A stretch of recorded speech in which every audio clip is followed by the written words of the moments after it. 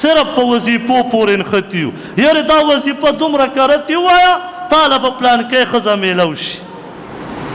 دغه وظیفې صحابو ته نه وې معلومې. او که دا داسې وی نو موږ به هم وظیفې کړی وی چېرته د باچا لور مو به کړی وی که نه. غریبۍ کې مو ولې وخت تېرو. چېرته که دې وظیفو باندې کېدی چېرته یو مالدار خاندان زنانه مو به کتلی وی. د چا دا زړه غواړي چې زه دې په دې سخته ګرمۍ کې پکې ته ناست یم لا لوډ شیډنګ پکې بیل راشي. هر سړی وی اے سی ته ناست وم. په دې وظیفو چې ښځې میلاوېدی مونږ به ښې غټې غټې وظیفې کړی وې مالداره ښځې مو به کړی وې. دا قرآن دې وظیفو ته راغلی دی چې تاسو وظیفې کوئ تاسو ته به داسې ښځه میلو شي.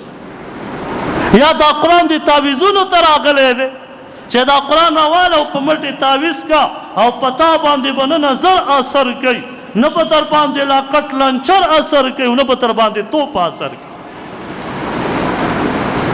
زمونږ دا دومره مجاهدین چې په دې امریکا ورکړه نو مونږ هسې خدای والي وو چې مونږ دا تعویض ولا په دې مټ نه تړه. زمونږ لوی لوی مجاهدین اوس دا قرآن صرف مونږ د وظیفو کتاب وګرځي. دا آیات 200 کرتې وایه.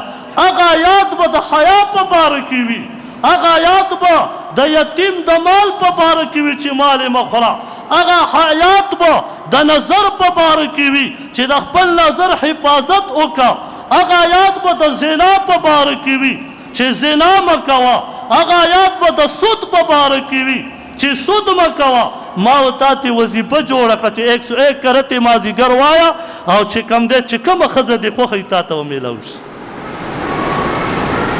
102 کرتې دا آیات وایه چې کوم کاروبار دې خوښ یا به تا ته میلو شي. او دا تپوس دې نه کوي چې والکه دا آیات ترجمه خو راته وکړه دې کې الله ما ته څه وایي.